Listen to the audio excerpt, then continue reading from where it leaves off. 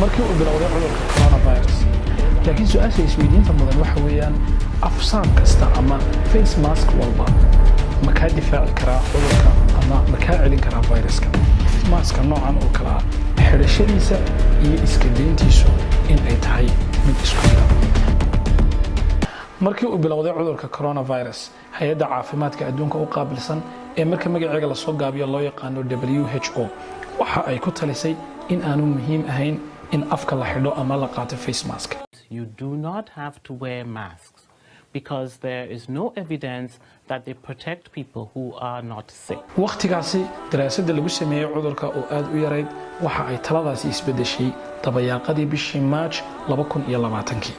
maanta waxaynu ognahay in khadka difaaca koobaad ee aad kaga hortagi karto cudurka coronavirus in ay tahay inaad afka xidhato. laakiin su'aasha isweydiinta mudan waxa weeyaan afsaab kasta ama face mask walba ma ka difaaci karaa cudurka ama ma ka celin karaa viruska. qodobka ugu muhiimsan ee aynu u baahannahay inaynu ogaano waxa weeyaan in adduunyada ay jiraan noocyo kala duwan oo face mask ama afxidha. face mask walba ama afxidh waliba waxa uu leeyahay shaqo gaara oo qabto oo loo sameeyay.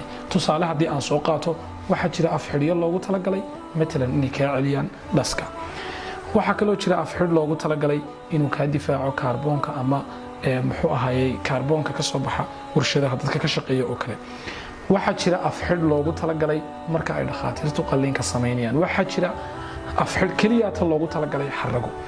haddaba maanta waxaan soo qaadan doonaa 4 nooc oo ka mid ah afxidhka ugu caansan ee dadka Soomaalidu ay isticmaalaan iyo mid walba waxa loogu talagalay. afxidhka ugu wanaagsan ee aad u isticmaali karto inaad iskaga difaacdo coronavirus waxa magaciisa loo yaqaanaa waa KN95.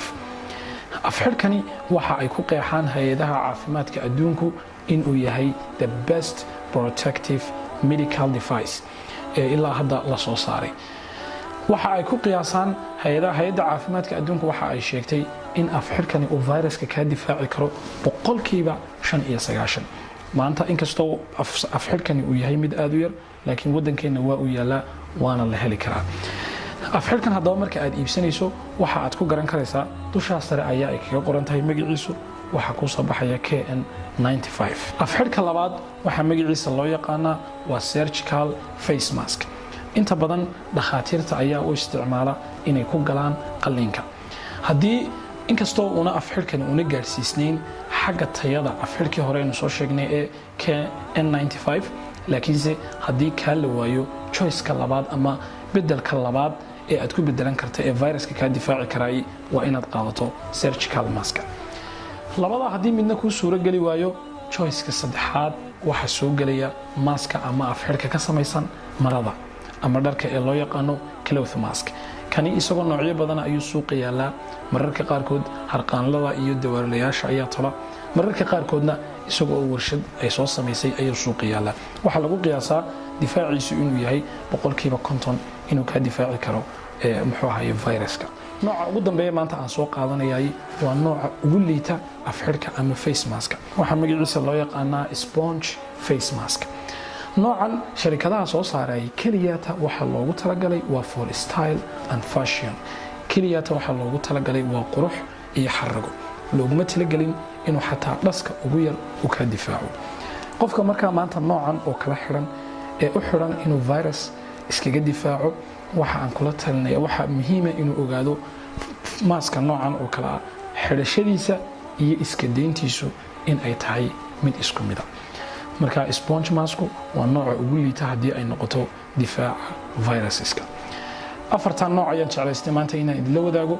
waxa muhiim ah inaynu ogaano in ay jiraan noocyo badan oo kale oo maasaska ama afxidhana inay jiraan. marka waxa muhiim ah inaad ogaato in maaska marka aad iibsanayso ayna muhiim ahayn qaabka uu eeg yahay ama shape-kiisa ama color-kiisa laakiin waxa ka muhiimsan magaca maaska iyo inaad internetka ka baadho waxa uu qabto. waxa kale oo fariin u dirayaa ganacsatada soo dejisa afxidhka.